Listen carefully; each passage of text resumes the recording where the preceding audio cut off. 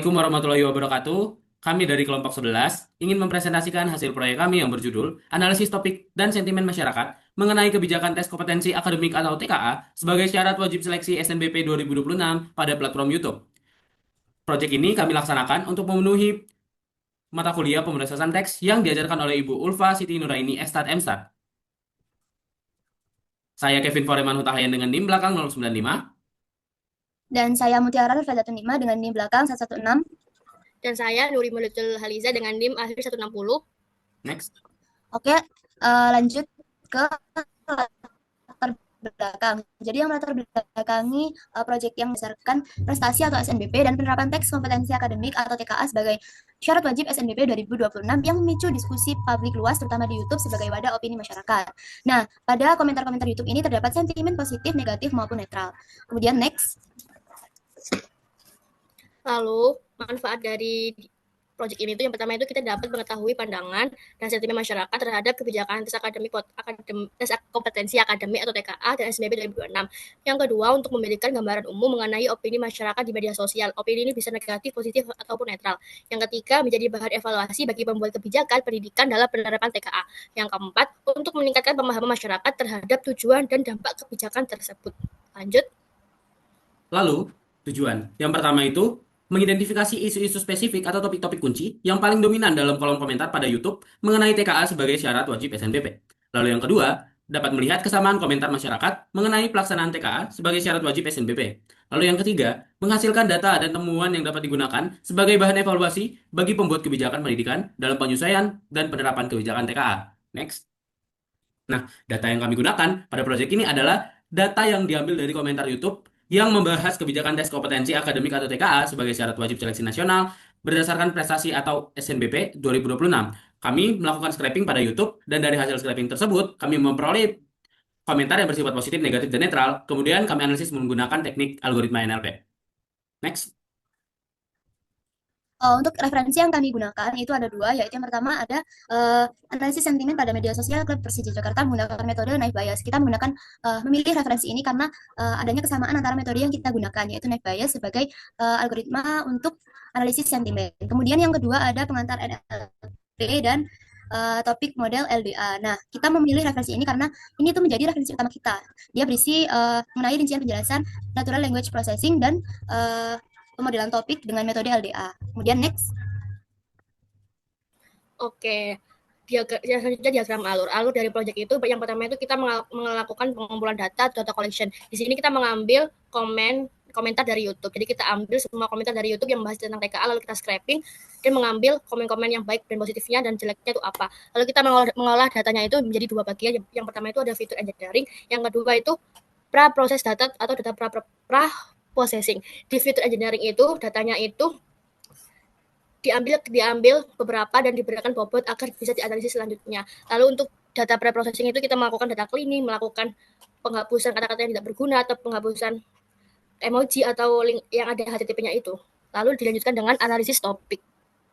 Nah, analisis topik pada bagian kami ini sebagai pembentuk pola kata yang membentuk tema-tema utama pada komentar. Nah, di sini kami menggunakan algoritma LDA. Lalu analisis sentimen atau sentimen analisis, kami menggunakan Naive Bayes untuk mengungkap isu-isu sentral yang diperdebatkan yang bersifat positif, negatif, ataupun netral. Selanjutnya dia akan dijelaskan oleh teman saya. Jadi untuk selanjutnya itu ada visualisasi hasil. Nah, kita kan udah memperoleh hasil analisis dari topik dan sentimen. Nah, itu kita akan memvisualisasikan pada analisis topik, itu kita memvisualisasikan menggunakan PLDA-VIS. Kemudian pada analisis sentimen kita visualisasikan menggunakan F1 score. Kemudian untuk kesimpulan itu kita mengambil kita melakukan analisis korelasi antara analisis topik dan sentimen tadi. Jadi kita memperoleh output data yang kemudian akan dijadikan evaluasi oleh pemerintah. Kemudian next. Kemudian ada pre-processing data. Nah, pada proses ini itu kita membersihkan, menstandarisasi dan mengurangi kompleksitas data teks mentah sehingga siap digunakan oleh model machine learning dan topik modeling.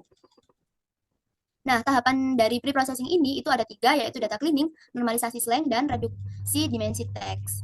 Jadi pada data cleaning ini kita melakukan pembersihan baik emoticon, kemudian spasi-spasi, dan lain sebagainya. Kemudian pada normalisasi slang itu kita melakukan normalisasi kata-kata yang menggunakan bahasa yang tidak baku. Jadi kebanyakan komentar di YouTube itu bahasa yang digunakan tidak baku, kemudian mungkin alay karena itu merupakan komentar dari masyarakat luas. Jadi kita melakukan normalisasi dengan satu kamus yang bernama kamus slang tersebut untuk menjadi padanan katanya. Kemudian yang nomor 3, reduksi dimensi teks.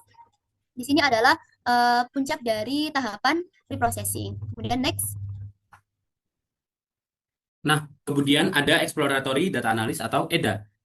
Nah, di sini kita itu melakukan kontrol kualitas yang dimana tadi hasil dari preprocessing itu kita di sini tuh untuk mengecek apakah benar-benar sudah stop word ataupun sudah dihapus emoticonnya atau sudah distandarisasi. Lalu yang kedua itu mengidentifikasi istilah-istilah kunci dan topik yang paling sering muncul menggunakan word cloud. Jadi word cloud ini digunakan untuk melihat komentar mana yang paling kata mana yang paling banyak di komentar itu. Misalnya yang dibahas TKA, maka TKA nanti itu akan besar penulisannya pada word cloud. Next. Selanjutnya itu ada fitur engineering. Nah, fitur engineering ini itu proses mengubah data mentah menjadi fitur yang lebih bermakna melalui pemilihan, pengolahan, dan pembuatan fitur baru dari data yang ada. Dan tahapan ini tuh bertujuan agar model machine learning itu lebih mudah dipahami dan bisa dijadikan bahan analisis selanjutnya. Lanjut. Lalu ada tahapan dari fitur engineering itu, yang pertama itu kita lakukan tokenisasi atau pemecahan kalimat menjadi kata. Jadi dari beberapa komentar itu diambil kata-kata yang penting-penting aja. Lalu yang kedua itu ada perhitungan frekuensi dan bobot kata. Jadi dari komentar-komentar itu diambil bobot katanya berapa dan frekuensinya berapa. Lalu yang ketiga itu transformasi teks ke bentuk numerik. Lalu yang keempat itu seleksi fitur berdasarkan frekuensi kata. Jadi kita menyeleksi frekuensi kata yang besar mana, yang kecil mana. Yang kecil itu biasanya tidak terlalu ditampilkan. Lalu yang ketiga itu yang kelima itu ada tokenisasi menggunakan LTK. Lalu yang keenam itu ada pelatihan model word to phrase dan penyimpanan data. Selanjutnya. Lalu ada proses LDA setelah hasil fitur engineering. Yang pertama itu kita melihat panjang komentarnya.